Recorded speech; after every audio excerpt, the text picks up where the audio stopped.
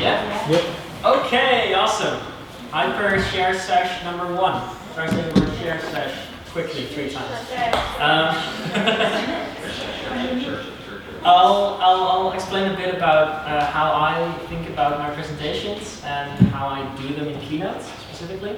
But I think a general thing to remember. So I'm going to share a bit of a few parts of presentations I've done in the past to sort of highlight the point. There's not going to be clever quotes on here, so you have to listen to me. I know that sucks. But I think to remember basically is that presenting is basically creative storytelling. The workshop we had a while ago, it includes a lot of that. So if you take those principles and apply them here, that is already a good start. So number 1, really, when you think about presenting, is the creative storytelling already starts before you actually fire up your presentation, because you have to get ready somehow, right? So you take your laptop, you arrive at a place you probably haven't been yet, and then you have to figure out, okay, how do I present from this? So if possible, know your setup. Know your setup as detailed as possible. That's why I liked that Catherine showed a picture of the place that we would be presenting, because I could, from the get-go, think about, okay, where's the beamer going to be? Where's my screen going to be? Where am I going to stand? So try and think about your setup. Getting a visual on the screen isn't always easy. Things you can do, you can use the Apple TV. I'll show you how to connect to the Apple TV in a second. If places have an Apple TV, you can usually just find it in your airplane menu when you've connected to the Wi-Fi. However, a thing that I've noticed with this Apple TV in particular is that it doesn't really seem to play all the animations smoothly. So what I like to do, if possible, you can't do this everywhere obviously, is get the HDMI cable immediately, so steal it from the TV or wherever it is, and use that, because that's going to be a way quicker connection. HDMI is the name of the cable that I'm using here. There's also VGA, which is the older standard. HDMI has sound built in usually, VGA doesn't. VGA is the one with the screws, don't use VGA if you can. Please use the HDMI, because that's the good one. There's also a display port, a mini display port. You don't really need to worry about those. Usually you will have a port. But make sure that you know what's available at the place, so that you're not surprised by it. Secondly, so beamer, then you usually want to either have presenter notes, or you want to show the people what you're doing on screen, right? Like I am right now. On a Mac, you need to either go to this menu here, where it tells you, oh, you can't see my menu bar, that's awesome. Okay, there's a little airplane menu, it's a rectangle with an arrow in it, right? You've probably seen it before. And it gives you the different options to either mirror the display or use a separate display. You can also go to System Preferences, this screen, and then under Displays, under Displays, you will get 2 screens for the 2 different screens you have right now. So I have my main MacBook and the one that I'm presenting on. And then arrangement, it's very tucked away. There's a thingy that says mirror displays. If you uncheck that, you get 2 different displays. So now I have one here, one there. And that's where I can get my presenter display with the notes on. So I don't need the notes, so I'm going to uncheck that again. But this basically works. Next, control-wise, you're going to need a clicker or some sort of way to control the screen, right? So you can do a few things. You can use a clicker, but as we saw, on Monday, those sometimes fail. If they're provided by the place yourself, and you know that they work fine, if you can, bring your own. Always bring as much stuff from your own as possible. Make sure you have the dongles, make sure you have the clicker and you know that it works. If you don't have a clicker or you don't want to buy one, what I usually do is use Keynote Remote on my phone. How it works is you download the Keynote app, it's just called Keynote. And then you can click the Remotes tab in that app, and it gives you a connection screen. And if you then make a little link between your phone and your Mac, you can tap there to start the presentation on your phone. It's really nice. So on the screen, it then shows you the current slide, the next slide, and you can also see the presentation notes there. You can change what you see. which is really nice. If you want to go a step further than that, you can even do it from your watch if you have an Apple Watch. So I can also present from there if I want to. For example, I can do this, and now I'm presenting from my watch. Less useful, obviously, if you want to see the notes, but I can quite easily tap and go to the next one. So that's clickers. Audio usually sucks. So I try not to do anything with audio usually. If you want to do something with video, make sure 100% that the audio is going to be working, and even then it usually doesn't work. But if you want to do something with video or audio, be like the people from S2 on Monday and include subtitles, so that even when the audio doesn't work, you can at least convey the message still. And if the audio doesn't work, be sure to sort of be able to talk about your video if it doesn't work, for example. Like, be prepared for the worst case scenario when it comes to audio, because it usually is the worst case scenario, from what I've noticed at least. So that's, I think, about setup from the presentation. Any questions or like concerns you've encountered within your experience, maybe? No? Okay. The rest of this part is quite follow along. So like, I have no real set structure here. I just have a lot of things that I try to keep in mind, and then I'll show you some like how to craft this presentation. So, most important one, creative storytelling. Once more, think about your audience. Think about who you're going to present to. Obviously, you need to think about what you're going to tell them, but also think about the way how you're going to tell them that. So, I like to use a lot of emoji, for example, because I think it's fun. I've been criticized for using too many emoji in like business presentations before, and it can either be a very like uplifting little playful tool, but some people would also see it as a bit like too childish, for example. So think about the message that you're conveying, and think about the fact that you need to adapt that message to different audiences as well. Yeah, so pace and flow, like I showed. What I really like to do is pace my visuals with my slides.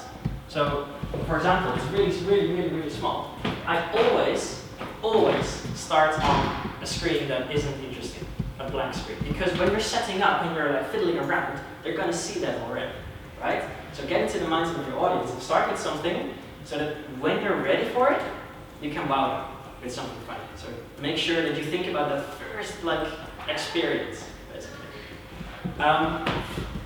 Next, yeah, don't let them read ahead, is what I'd like to do. So make sure that the visual match your story at all times. And so think, for example, I have one example from an application I used to, what's it called? A hackathon I used to do, where I needed to explain two different concepts. So I said, well, there's this, it doesn't really matter what it says, right? So I said, there's shares investing with these pluses and minuses, and then there's the other one. I didn't show both of them at once, I didn't show like all of them, I cased 1, 2, 3, 4, because that's the story I was telling. Simple stuff like that, thinking about when you animate it in, when you start. Yeah, and then maybe to show a bit more of the fun stuff. If you're going from these two different points that you're making, shares investing, fund investing, if you say, for example, well, we wanted to reinvent the way that fund investing works, then make sure that it translates from there to there, so that it sort of follows your story. And then maybe if you want to show how much better it is than just this, then you say, so build on that story. Make sure that your slides aren't just static words on a page. They can be animations that help your story. Does that make sense?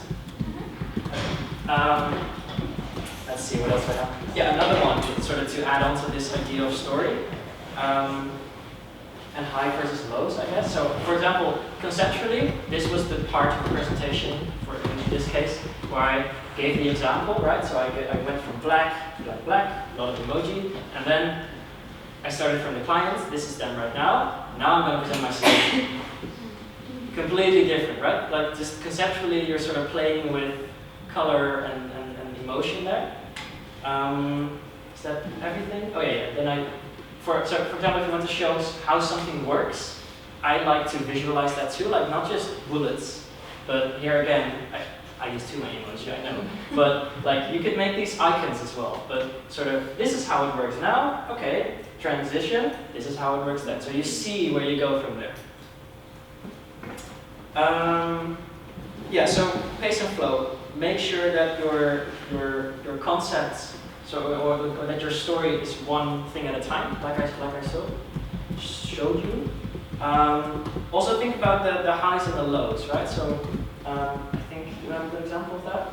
Yeah. So for example, here this is from my graduation presentation. This is about my project, and I gave like a whole lot of examples, and I did this, I did this, I did this. But then you need to sort of condense that down. Okay, so what did I do? What did we learn from there? Well, these are the things we learned. Well, actually, this is what I learned. So you need to, again, summarize the stuff that you talked about. So before this, there were 5 slides where I was talking about like my table and like what I did and what my lessons were. And then I summarized it in 3 little points. And then it turns out that the solution is to like mediate people instead of meeting them. And then from there, we go to mediating people. So again, you see those transitions between. It's a bit difficult to understand the story, of course, isn't there fully, but just to show, like, you can play with animations to support your story there. Yeah, so from information to summaries, from maybe, I have a lot of, let's see if there's a good one. Yeah. So for example, from confusion to understanding. So this is the product that I made. And at first it looks very daunting, like what's happening here, what's this? I didn't really tell them yet what I wanted to do within this project. So then what I did is I used Keynote to explain. So I went from confusion to solution or understanding. So what I did is, this is how, it was about this little circle here. It responded to input. So what I told them is, these are the talking points, they grow as you speak. So when you're speaking, they grow. That's what I tried to show. And then in the middle of the table was another circle that was called the timekeeper. And then if you adjust it, it would shrink and grow in size. So it doesn't really matter, again, what I'm talking about here. It's just that I'm using the visuals to build upon my my story. So think about the highs and lows. Think about where in the presentation you need to give the audience a bit of a break to let it sink in. Think about where you need to overwhelm them with information so that they can then sort of summarize it again for themselves. So it's okay to make them feel confused for a second, but then give them the answer as well so that they feel better. Does that make sense? It's maybe very general, but I'm hoping that these examples make sense as well. Yeah, I think something else that I've sort of touched on already. Your slide should be your visual counterpart. So make sure that your story is visual and doesn't repeat itself. So when you're talking, like I basically said already, this is another one. I'm just showing up animations here, really. Another one where sorry, this is a bit different, but I showed all these different actions that I did. So I was like, I did this, and I did this, and then I finally ended up with my table, and then I used very garish animations there. There is room for that type of stuff. Andy would say no. Andy disagreed with me. No room for fireworks. Right. Andy disagreed with me. I love the fireworks. But again, this is sort of about the pacing, right? So I went through all these steps, and then I handed it back. That's sort of what I tried to do there. I had a different version of what I wanted to show. Let's see. Yeah, I think this one comes close.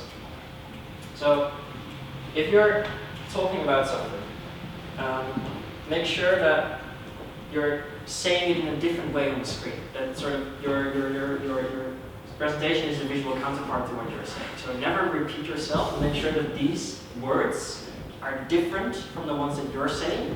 I think Neve did that really nicely, for example, on Monday when he was talking about his ideas. He never mentioned the quotes even. Like if he did quotes, he would say, so as you can see here, blah, blah, blah, blah. He wouldn't read it out. Never read from your slides. It's been said before. But I think that's, yeah, quite a good way to sort of show how prepared you are when your slides sort of echo you with like half a millisecond delay. And sort of, I hope that these sort of show that it doesn't have to be static. Like it's not all just words on the screen, right? It's transitions and animations. I think those are the most important like key concepts that I'm working with. Another one that Niels brought in that was very good was make sure that every slide has one key concept or one main idea that you're trying to pitch, and make sure that that slide nails that particular idea, and then move on to the next one. It sort of makes sense again, but think about how you're going to present that stuff. So that's general like content best practices. Does that make sense? Questions? Or did I go too fast somewhere? I hope the examples made sense as well. Do you have some advice about colors? Ooh.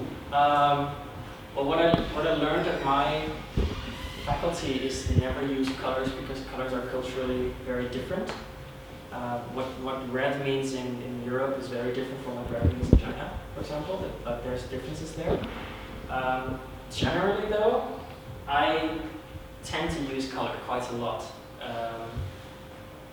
just to sort of drive a point home. But for example, with the plus-minus thing here, this one, for example, I'm using red and white here, red and green here, but I'm also using pluses and minuses. So I try to drive it home a bit.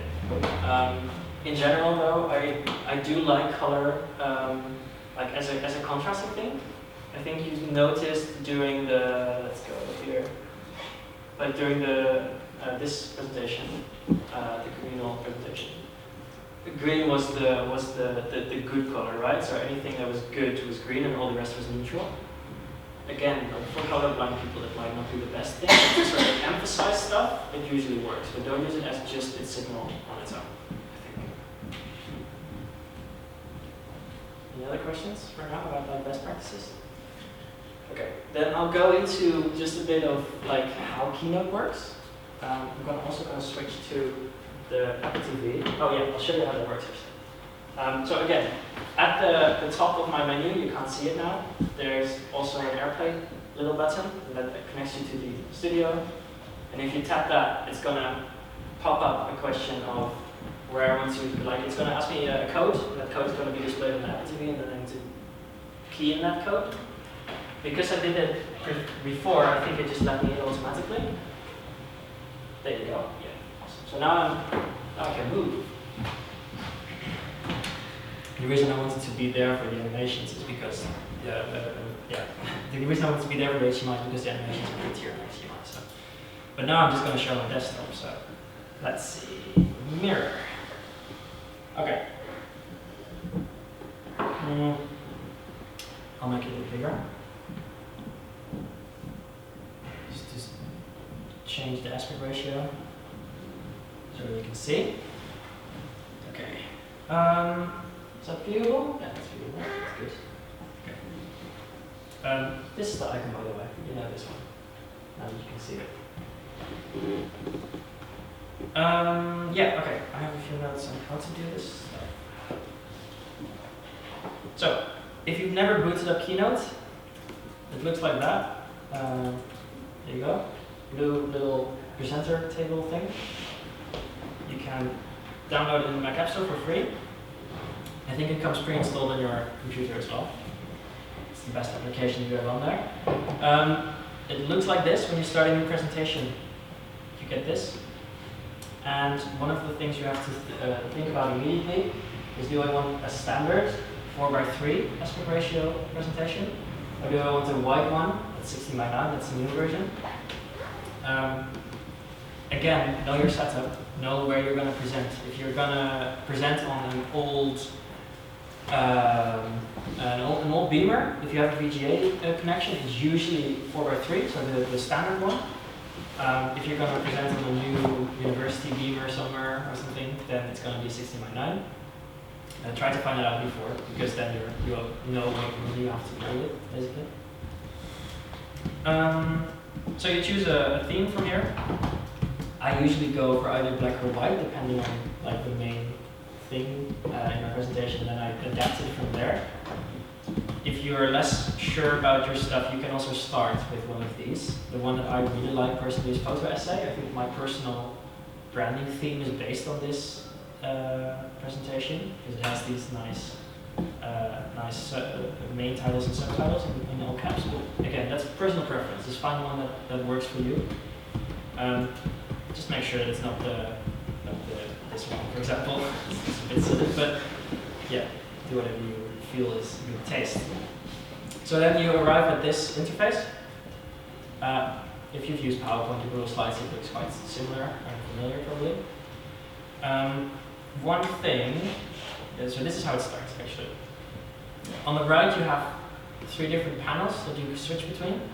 The document one you almost never use, but it's for changing, for example, the slide size from standard to widescreen, which is useful if you made the wrong decision in the previous step. And you can change a few documents, like document-wide settings. From there, the most important two are format and animate. Format is for how things look, and animate is for how things transition or move.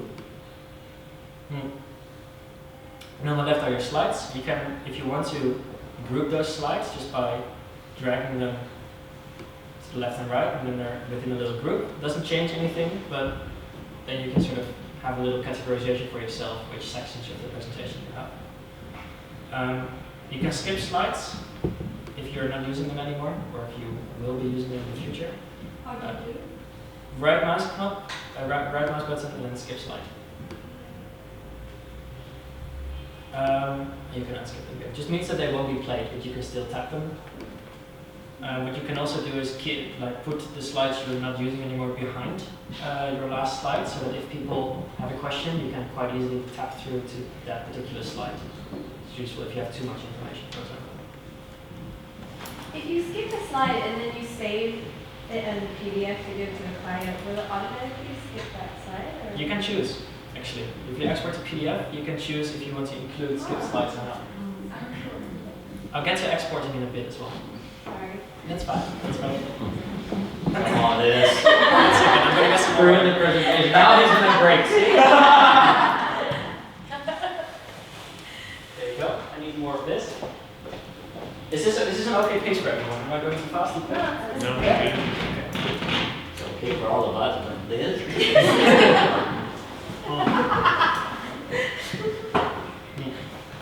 So I'll look at a few of my slides before, and I'll show them how I made them, so you sort of get an understanding of what tools I used. Oh, an important one. If you want to type emoji on your Mac and you want to insert them in presentations, it's very simple. This is where you would usually write text. Press Command plus, now I need to do it quickly. Yeah, okay. Command plus Control plus space. And if you tap that, Command Control space, it gives you this cute little picker, and you can quite easily add it in, which is nice.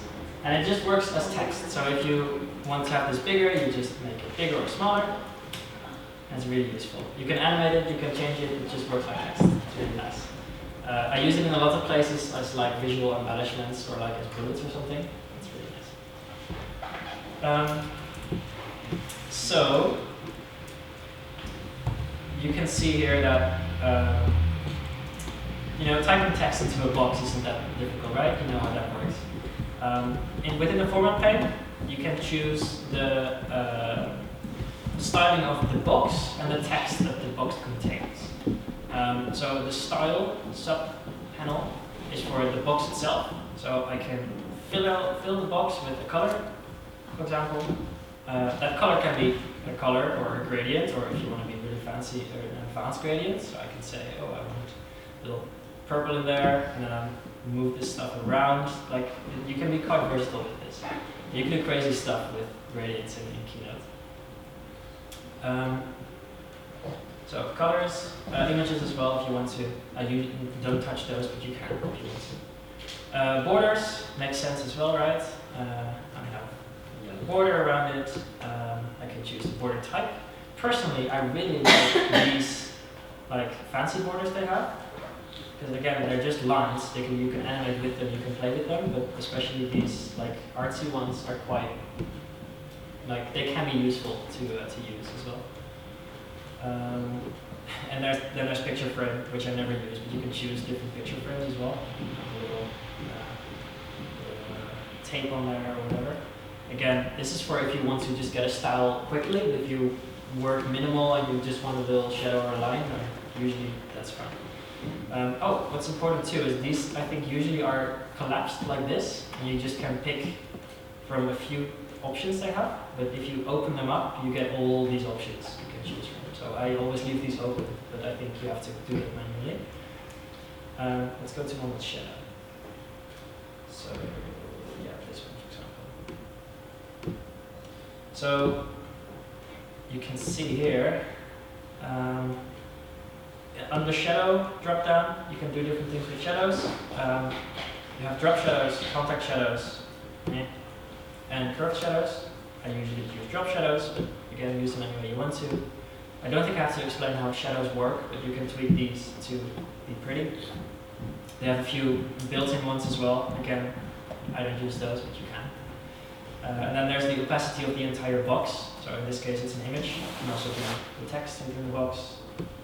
This entire thing, right? Including its background color, which would be yellow. So, then I have the text in the box. Now we're arriving at the type, so the font type, the different sizes of it. You can choose to make it all caps, or title case, which automatically just changes the words of some, the case of some words to match. I don't really tend to use like these big advanced options, but they're there if you need them. And then there's text color, again, which can be very intense if you want to. I think I've only used this, like the gradient text color, I think once, because it's quite new, but yeah, it's useful. And then there's alignment and spacing options. These make sense from your word processor as well, so I won't get into them a lot. You have to figure these out a bit, like during the program itself. That's style within text. There's also layout. I don't use these. Honestly, what these allow you to do is, for example, make multiple columns of stuff. It can be useful, but you could also just make 2 columns and make 2 pieces of text. Yeah, tabs and stuff. It's very word processing, like within this tab, so you're not going to use a lot of it. I personally do. What's useful throughout the presentation is these text styles or paragraph styles. They work just like in Word or Pages or whatever you're used to, where you can choose one particular style and just easily like get that. If you want to update a thing, for example, because you decided that titles are going to be a bit smaller from now on, it's going to show you an update button there, and that's going to update in all places. Stuff like that. It just makes your life a bit easier, but it's already a bit advanced. So you know that it's there. Then the Arrange tab is also, if you've used Illustrator or Photoshop, you'll be used to this one. Like it allows you to put stuff in front of other stuff. So backwards, forwards, align things together. So if I have these 3 little pieces, I can align them left or center or right or top and middle bottom. And I can also distribute them. So I have these 3. I can distribute them vertically, and then they'll be placed on equal spacing.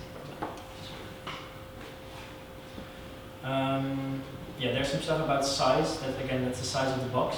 You can choose for images. That's quite useful sometimes, because it allows you to just change the box using numbers. And if you want stuff to be the exact same size, you can change it there. But yeah, that sort of speaks for itself. So there's format, and within format there's the box, the text or the image in this case even. So this one changes depending on what you've selected, and then you can position it with this one. So for text, that's going to be text, and for images, it's going to be images where you can do some tiny adjustments to the exposure and stuff. But does that make sense? Is that clear? Cool. Before I jump into animate, I'll show you just a bit of like the buttons at the top, again, this sort of makes sense, but text, inserts a text box. It starts out really small, usually. You type stuff, there you go. Charts are very intense, but you can make it if you want to. You can even do 3D and interactive things, and you can animate these in really, really, really cool ways. But usually you don't have to, but it's all there if you want to. If you have a chart, you can tap Edit Chart Data, and then you get this view that allows you to choose how and what. Yeah, I could show you how all these controls work, but you'll just figure them out when you need them, because I rarely need them. If you do, there's again multiple little subfields of the format pane that allow you to configure a whole lot of options for this one, including just setting up the default style, but you can tweak anything you want to basically. Then there's shapes. Shapes is really cool because they have these basic shapes, right? You can make a little arrow, you can make a box, you can make a rounded box. If you want to, let's actually make a new slide. Oh, make a new slide. Box here. And I can, if you have a, I'm going too fast again. If you have a box, or any shape actually, you can drag it out, right? If you hold shift, it's gonna make that proportional, so it always stays the same proportions. If you use Alt, it's gonna drag from the center instead of the side, like you see. And if you press Shift Alt at the same time, it's gonna do that proportionally. So what I just did there to size it up is I pressed Shift Alt and dragged it up. But that was very fast, so that's why I did it again. So if you have this box, you can use these little handles to change the radius of it if you want to. In other cases, for example with the star, I think, you can choose how deep these are. And you can choose, I think, how many there are as well. You can just drag them at once. I think you can, yeah, you can choose all that stuff here as well, but it's nice that it's in the view as well. What's really cool about Keynote is they added a whole lot of shapes recently. So you can, like if you ever need like an icon, there's usually a first version of it in here, which is nice. I really like the duck myself. I don't know why, it's just cute. There. You know, so shapes. And then there's media. You can import photos, galleries apparently. I didn't even know that was possible. Movies are useful. And again, audio sucks, but if you need it, it's there. What's really cool is nowadays with the new macOS, you can even directly take a photo with your iPhone and then it just is in there. But that's all power user stuff. I'm just clicking to use this now. I think that's the main stuff of making a slide. So like it sort of makes sense, right? I just have some little, oh yeah, I have text here with little arrows between them. And you see that I have grouped these two things together. So this is a text box with people, and then there's a text box with the emoji icon here. You can group stuff using right mouse button, group and ungroup. So right now it's ungroup, now it's ungrouped. You can group it again. It's just useful to sort of keep stuff together, animate stuff in together.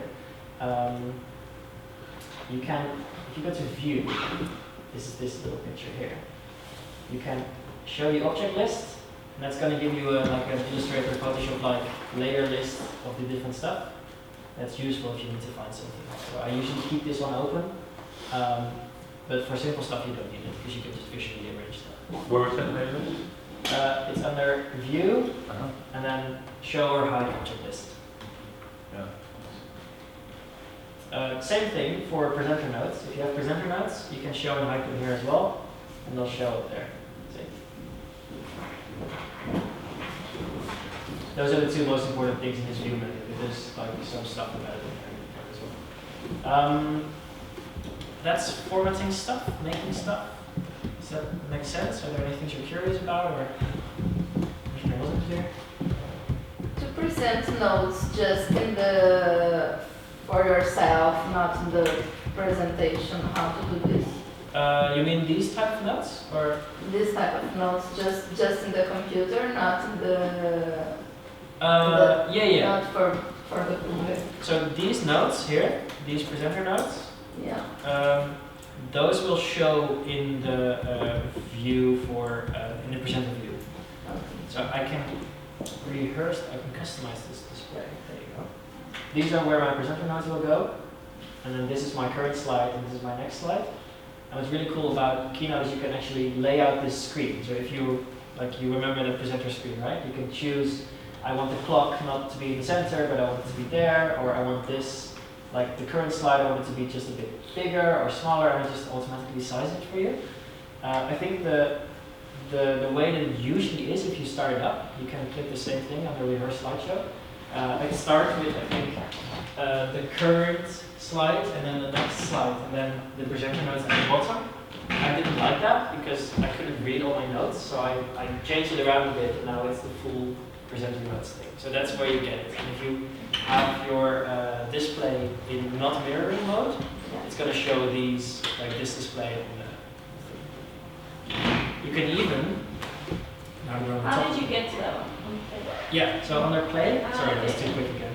Under play, you can play the slideshow, obviously. You can also rehearse your slideshow, which is going to give you the same thing, but then it's going to count up the number, so you can see how long you did, basically. And again, yeah, there's my thing, right? You can invert the color if you want to, make it bigger, make it smaller. You can see I put my clicks in there because I often need to know when to click through the next transition. So on the same slide, there's multiple builds or transitions, and every time I needed to click, I just hit that. But I'll show you that under animation actually how it is. So that's presenter display. Does that make? No, I meant to ask, but I don't know if you say about the places that you pick some photos and icons. You mean this part where you choose? the No, image? actually the website that you get the Oh. photos, yeah. Yeah, I'll get into that, but after I've made the program, I'll give a few tips on where to source content from. Let's go. Yeah. Anything else on the interface and the format stuff? Okay. Cool. So then there is the magic of making it animate and making it pretty. First of all, very simple one. This is a trick I recently. I'll show you. This is a trick I recently picked up. If you go to Preferences, Keynote Preferences, under, let's see, where is it? Yeah, under Slideshow, there's this little button that says Apply Motion Blur to Animations, and that just makes it like movie-like. Sometimes it's a bit much, but it can be really fun to play with motion blur because it just adds motion blur to all the moving stuff. So it changes it from, let's see, if you have this animation, look at the way that stuff moves, okay? So you have this, okay, that's pretty good. It's a bit choppy because of the Apple TV, but, right? If I then apply motion blur, it's gonna show it like that. So it adds blur to it. You can choose if you want to enable it or not, but I enabled it because I thought it looked fancy. That's my first little tip about animation. So you can choose to apply that or not. So how do you animate stuff? You go to the Animate tab, and you can either animate the individual parts of your slide, or you can animate the entire slide, which means you transition from one slide to the next. So if you have nothing selected on your screen, the Animate tab is going to tell you how this slide is going to transition to the next. If you have something selected, it's going to show you how this particular element animates in our Animate tab.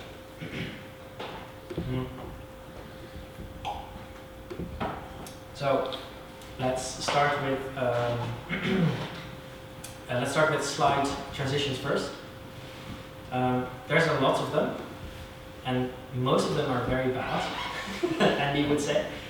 The thing, like, you can do stuff like, clothesline, confetti, and drop stuff, and like, don't use any of these unless, like, again, you want to add like a one-time visual effect, so because it's important.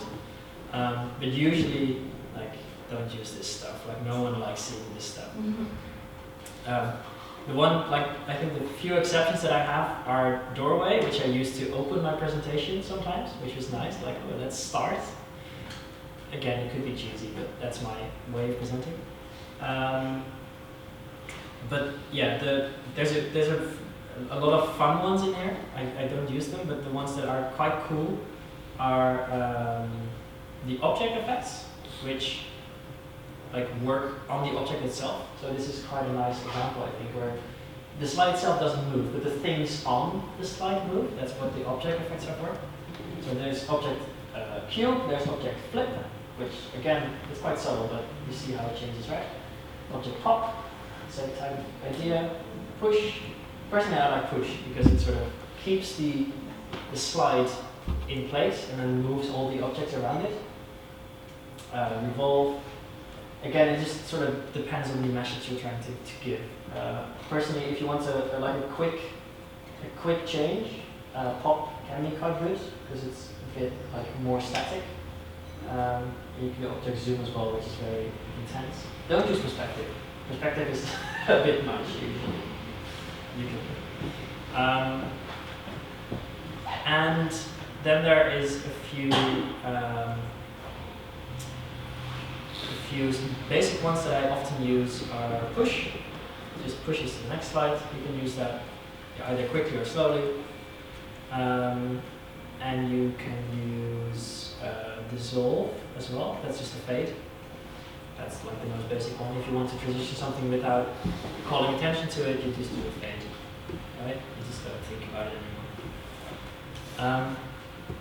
But the one that's my baby, the one that's really special, the one that sets Keynote apart, in my opinion, from PowerPoint, and how good it is Magic Move. Because Magic Move does this stuff. If you have one slide with stuff on it, and then a second slide with stuff on it, if you use Magic Move, it automatically figures out which parts of the slide are the same and which parts are different, and then it moves those things or fades them out. So you can very easily go from this one to this one. And you see that, like, within this text box, it's just one text box. It has two of the same words, right?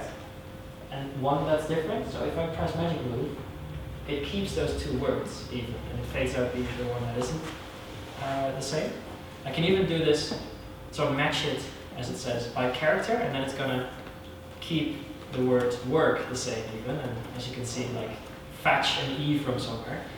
Usually that's not what you want, but yeah, you can use that for really cool effects. So I use it here to show the transition between two things. I also use it here to keep the word rock the same. I use it here to, as you can see, by object, so these two are gonna remain, but all the rest is gonna move away. It's really powerful in how you transition from one slide to the next and how your story works. You need to be mindful of it not being cheesy, obviously. But if used right, like if used in a way that's not just cool because it's visually cool, but also cool because it adds to your story, you can do really like nice, meaningful transitions that way. Does that make sense? Yeah. The rock word, is it like live text or is it an image? It's live text. Everything is live text. So it just detects that the word rock is like... Absolutely. Yeah. That's not going to do anything, but now it will. Right. So can it detect if it's like the same image? Yep. It does that actually. So if I have, let's do this. If I have two of these images, so I have an image here, scale it up. If I use Magic Move on this, it's gonna expand, right? So it like size and rotation and all that stuff.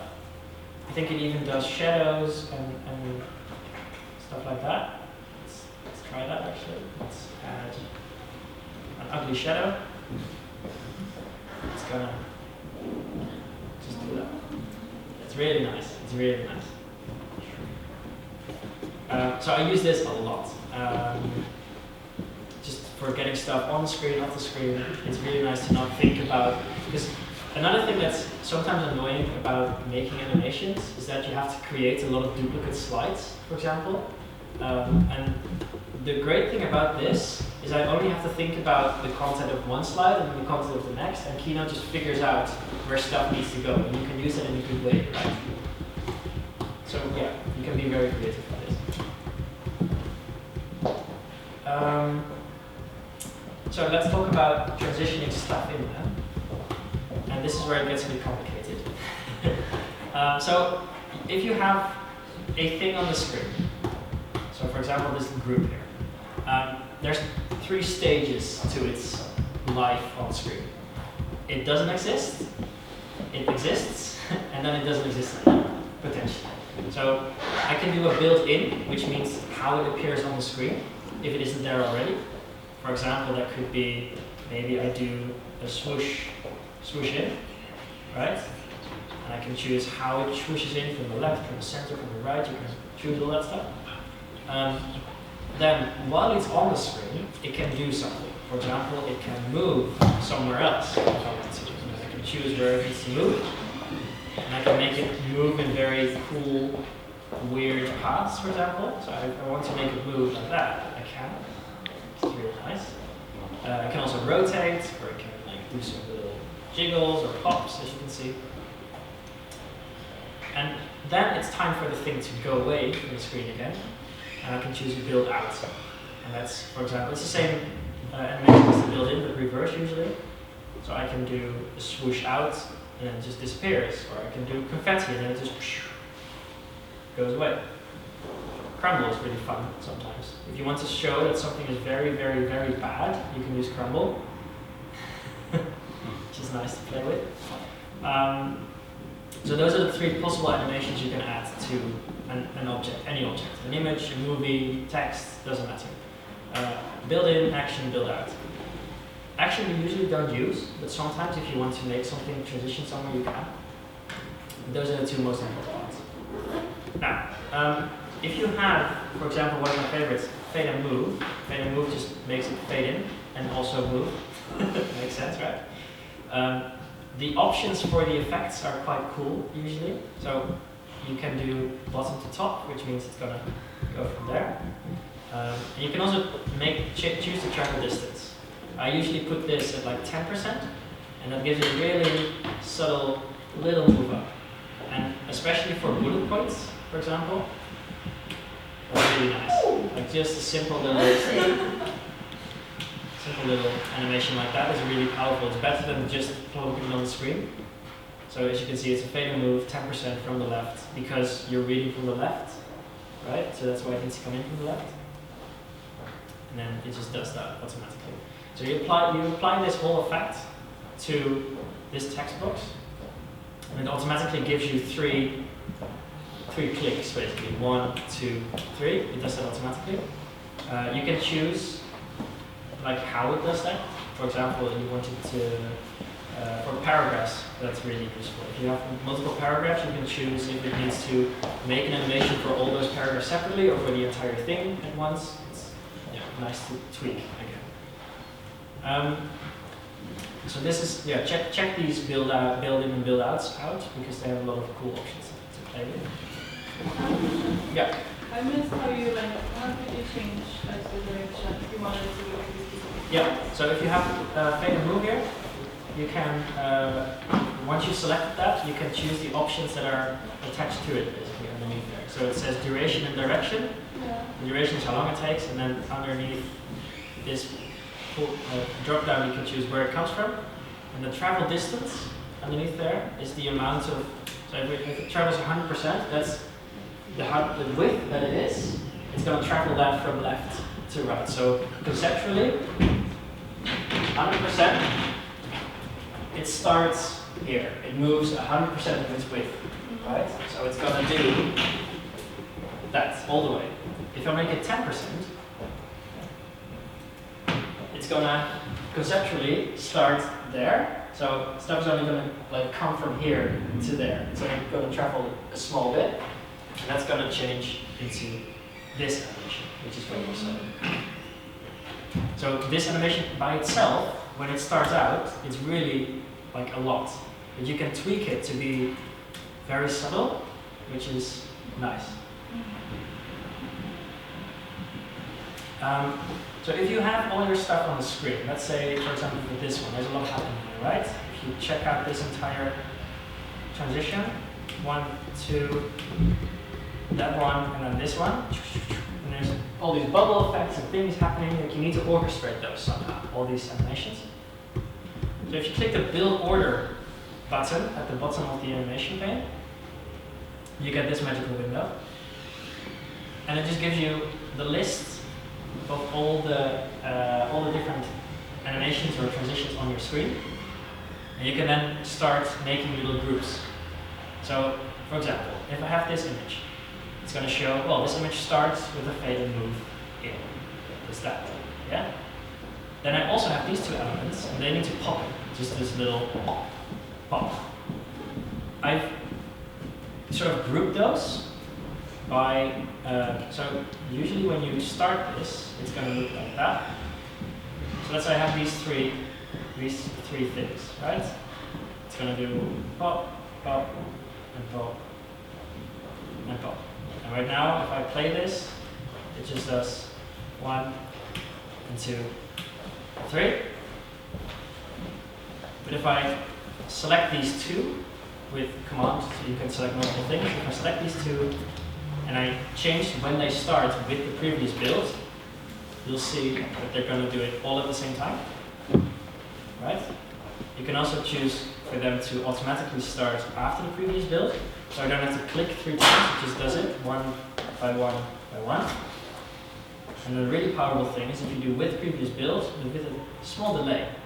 So let's say I do with build with 0.1 second delay. What that's going to do is going to do that. Just pass each other. Again, these are like pro techniques, right? But it's nice to stagger them a bit. So if I have all these bullets, for example, let's pick this one. If I have all these bullets, you can see what I'm doing here. So I have one bullet, talk about it. I have a second bullet, talk about it, and I have a third bullet. And as I'm talking about it, I want this line to be drawn through it because that's sort of helping my story. I don't need to do that manually. It just needs to happen after that bullet. So I go tap, tap, tap, and then this line waits 1 second until this thing has animated in, and then automatically starts to draw. So that means that I can just do 1 story, 2 blah blah blah, 3, and as I'm talking, it's just going to automatically do that. It's nice, right? Because then it feels like my animation, or my slide, is like mirroring me without me having to do anything. It's like it's talking with me, which is a nice effect. So how do you do that? You just use it after build here. And I could also do it if I want to show all these at the same time.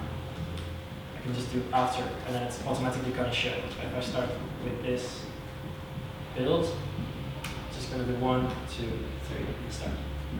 And you can really make intimate animations like this. It's really nice. Yes?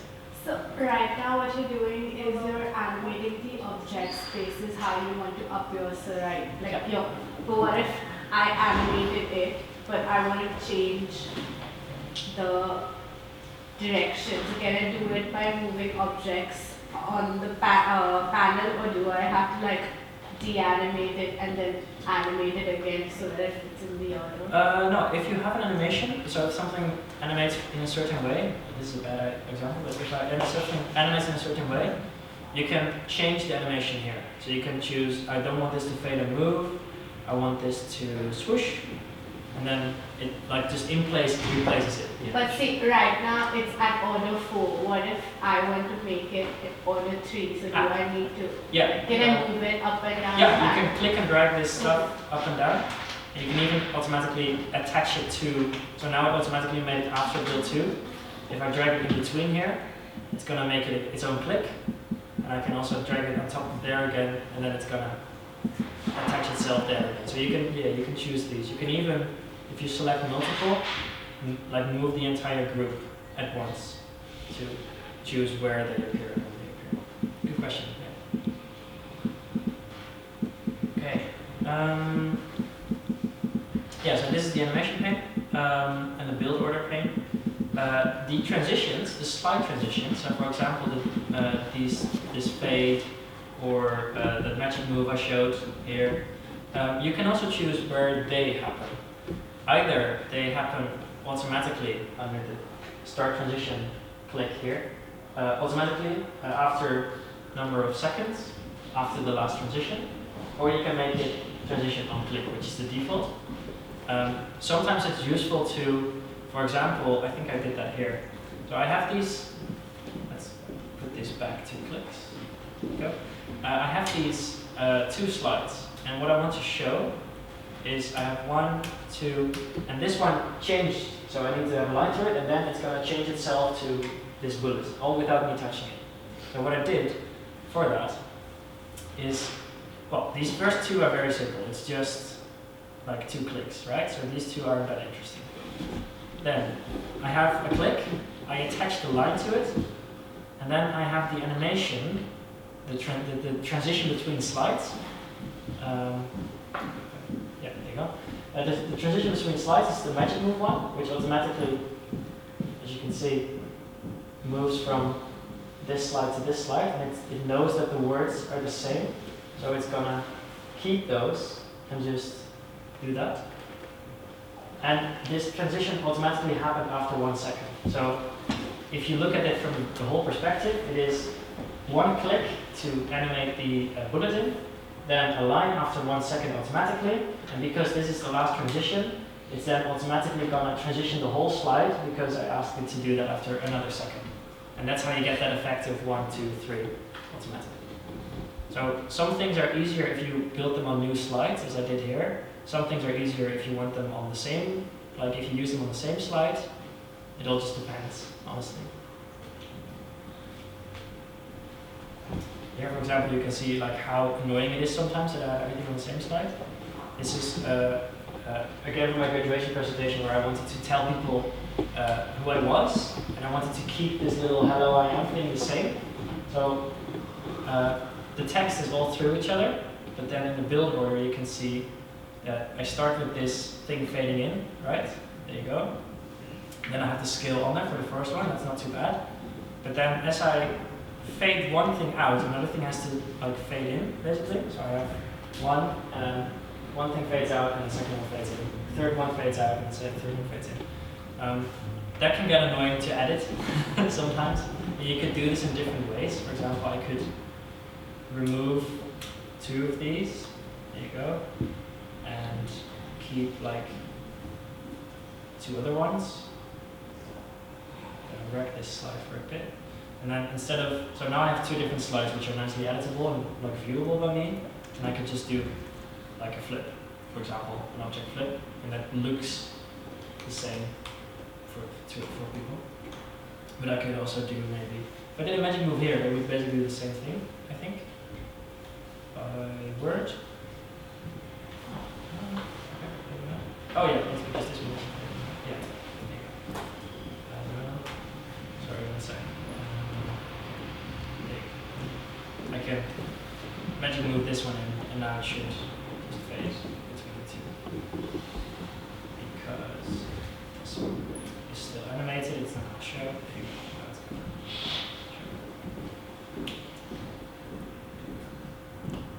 So, yeah, keep in mind how you build your slides basically. You need to do some dirty tricks here and there, like stuff like this, but the end result will be really pretty, I guess.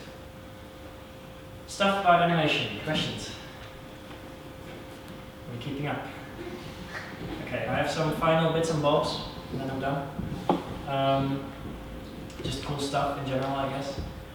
Keynote is really nice for presentations. Personally, I've also started using it for animations. So if I want to make a little movie, for example, you can go to After Effects. You can go to like other movie making applications. You can also really easily export this PowerPoint or this Keynote to a self-playing movie, and it just does all the animations for you, basically. And it's really useful if you like don't have the time or the material to make a movie. You can quite easily make an animation just from this. And like if I export this now, it's going to give me a movie I can play with. And then I can use that movie, I can import that into an actual movie making application and just add a voiceover on top of it. And then suddenly I have like a nice little movie with a voiceover and stuff. So if you want to communicate something to someone and you're not an animator, you can still like just make your slides in Keynote and then just export it all to your movie that looks like an animator. How did you get the other one up? Sorry, which one do you mean? The window? Okay. Yeah, file, export to movie. I'm very bad at showing which context menu stuff is, I'm sorry. Yeah, file, export, and then movie, and it's going to give you a playback. So, you can also export to PDF, same way, file, export to PDF. You can choose whether to include the presenter notes automatically, include skip slides or notes. Always keep your image quality at best. That just means that it won't compress it any further. If the size is really big, you can change that, but usually that's fine. And you can even export to animated GIF if you ever need it, which could be fun. I think I've used it 1 or 2 times. Yeah, those are the most important ones, I think. So that's exporting. If you are playing a slideshow, you can even record yourself, as you can see at the bottom. If you go into play, record slideshow, you can just rehearse it for yourself and sort of listen to yourself give the presentation. You can choose to save this recording, so it saves this recording into the file, and then that could immediately also be the voiceover to your movie that I just mentioned. So if you want to do a voiceover and a little animation here, you could even do it all within Keynote and just export it as a movie, and then suddenly you've got a movie. Is it only recording the audio, or you can see yourself? No, it only does the audio. Ah. It's only audio. Yeah. Yeah. But this is also really useful if you want to like rehearse your slideshow and you want to see how you do it and how you did it. And then if you don't need your recording, you can just do a rehearse slideshow and then you're the screen where you can see your notes as well. Yeah, one final thing is on collaboration. So just like Google Sheets, you can collaborate with people. Usually it's the best if they also have Macs with Keynote on it, because what it does, it sends that presentation to the other person's computer and it keeps them up to date. Just like in Google Docs, you can see other people's cursor and the changes they've made. There is also a web variant of it, so people who don't have a Keynote for their Mac or their iPhone can also like collaborate and see the stuff online. But it's a bit weird. Like as a web tool, it is a bit strange. The fonts, for example, special fonts aren't in there obviously, so you get some layout issues. But if you need it, like we used it within our previous project, it was quite useful there because everyone could at least add the presenter notes in there, and then like Liz and I made sure that it was like all nicely animated and it all worked. So yeah, you can do that together as well. I think generally like Google Slides is still better if you want to quickly build something, but then if you want to make it pretty and move to an actual presentation, you can use this still to keep it up to date together. That's really nice. Any other questions? How do I do X, blah, blah, blah, and then I'll move to some resources, I guess. No? Okay. Cool. I have a few, I guess, I could show. The best one, I guess, is Unsplash. There you go. Unsplash is a website for free photos. It's really good because all the photos that are on there are like really professional and pretty. Sometimes maybe even a bit too pretty, like they don't necessarily like fit the story always, but you can use them. Like this man is too pretty, for example, to be in my presentation, but you could use it if you need some models. Basically, you can use it. Sometimes it's like the perfect photo. You can just free. You can download it for free, and like literally, you don't have to say anything. They ask you to attribute, like you give attribution, and it's nice to do, but like you don't have to. Like there, you can modify them, change them, add them in the presentation, etc., etc. It's obviously nice and encourage if you give attribution. But if you use them as a background of a product, blah blah blah blah, that's pretty really nice for this. In a similar vein, there's Undraw. undraw.co. It's less large than Unsplash, but what they do, she does, I think, is one illustrator. She does illustrations of different things. So grid design, by the road, art thinking, like it's very abstract stuff. True love, a playlist. I need something to do with moments, and it's just like nice illustrations you can use for like easy stuff. Random thoughts, like it's all maybe a bit out there, but they're quite nice general illustrations if that's your style. Oh. Cool thing about this is that I think you can also change the colors. Yes, you can So change the color. the illustration is dynamic. Yeah. So you can apply it to any. Yeah. So you don't have to modify them yourself. You can just do it on the website and download them in the right format. It's really good. And this is for free to use. Yep. Yes. Yes. I think maybe it will say. I don't know what the license is. Yeah, you can use the illustration in any project, commercial or personal, without attribution or any costs. Just don't try to replicate it. Yeah, that makes sense, right? But you can use it in any project you want to. Really cool. Do I have any other? I use the noun project for icons. Yeah, noun project. The thing about the noun project is, I mean, if you need an icon or you need inspiration for an icon, I think the noun project is brilliant because it gives you like what are other people's like images associated with this word. However, generally I feel like you never find all the icons you need in one pack. Is what I've noticed. So generally people would like club together different icon packs, and you'll see that difference really quickly in presentations. So you can use like a noun project, and you do need to do attribution actually, quite stringent I think for icons. It's not free. You have to attribute. Yeah, if you're using the You free have one, to you need what? to do attribution. Attribute, then when you download also you see a small attribution, you need to add that. Really? I only click and there's get this icon signal. Oh, I need to sign it. But what it says is Creative Commons, so usually you need to, there you go, license. When using it for any project, you're required to give credit to the icon's creator. Or you can purchase it for a royalty-free license, then you don't need to do that. But yeah, in the free version, you need to list all your icons and who they're by, basically. Which you can do at the end of your presentation if you want to, but just keep in mind that that is something you need to think about. Generally, I would like, well, if you have the funds for it, if you need to do something free, do it free. But if you have the funds for it, it might be useful to look into an actual icon pack to use for yourself. One that I personally use for everything that Niels doesn't agree with me on is Font Awesome. They have a free, like, pretty big free selection as well. True. So These, this is a very big font pack or icon pack, especially for websites. You'll see a lot of these icons on websites in many places.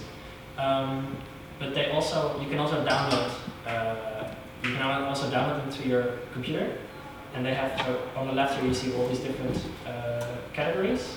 These are all the icons they have. They're really, really nice. So what I generally do is, if I need an icon for something, I'll start thinking, okay, I need a search icon. Okay, what do they have? They have like a search or search dollar, search location. Like there's really nicely specific icons already, and they have them in 3 styles or 4 styles actually. So bold, regular, light, and duotone, which is 2 colors. The thing is though, they have a free version that includes some of the icons, but far from all of the icons. Definitely look at this because it's free, right? You can just download this to your computer and use all of these icons for free, which is nice, and they're all consistent, so that's nice for doing the presentation as well.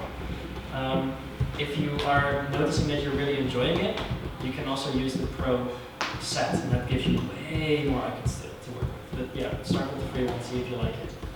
I'll give you one final tip for Font Awesome then. If you have this this icon pack, you can download it. Download on the start button, start page. There's a download thing. Actually, you need the desktop one. Sorry, that's all you want. Because this is for designing stuff, and that's going to give you a folder with SVGs to use in your application. it also gives you an actual font, the Font Awesome font. And what that allows you to do, if you install that, it's really nice. So where's Keynote?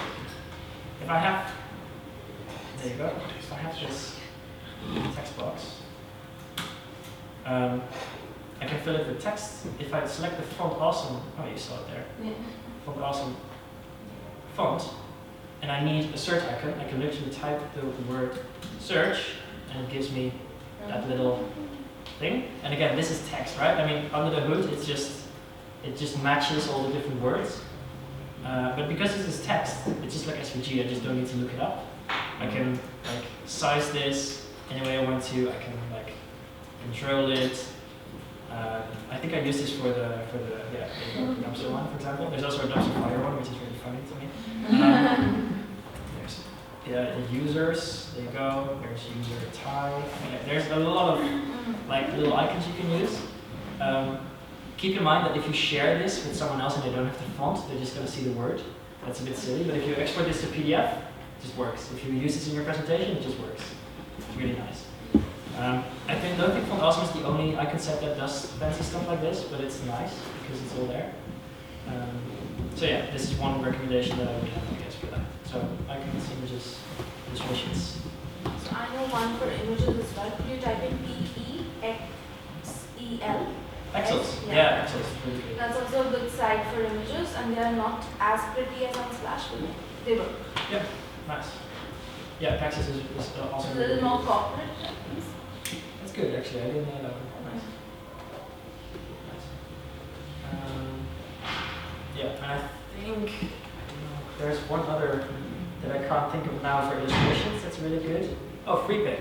FreePic is quite good for illustrations too. You get images also there.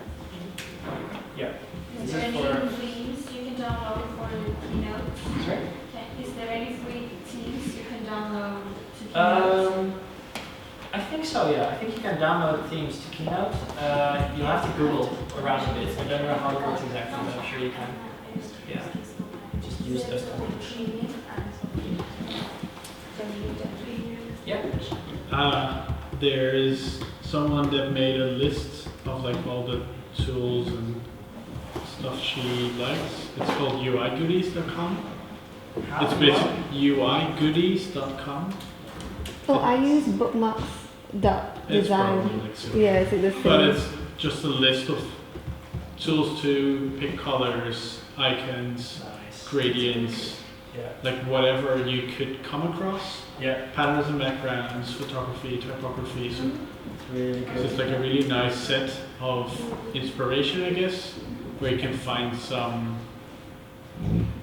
version. So if you don't like Font Awesome specifically, Yep. you can look on this website to see if there's any font packs that you do like. Yep. Or if you don't like Unsplash or Pexels, then you go and look for photography there. That's or good. find your own like list, but it's maybe like more of a general Yep. find your own sources. Yeah, awesome. Kind of That's really thing. good. Yeah. Which was the website you had shown us for the colors? Remember to pick up the colors or to see like from the color palette? Oh, yeah, there's tons of, I'm sure you'll find it here too. There's tons of color, like color picker Yeah. websites that you can use. I think the one that I use is UI Colors, something like that. FlatUIColors.com is quite good. It gives you these palettes you can use. There's also a few, Material UI has a lot of these as well. So again, just like some good colors you can use. Color.adobe is pretty good. Color.adobe.com is, that's the one.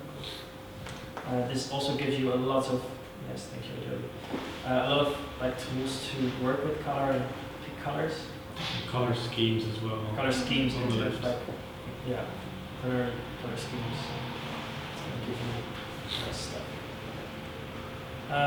So again, Google around a bit. I think your resource is really good. The UIGoodies one gives you a lot of stuff to play with.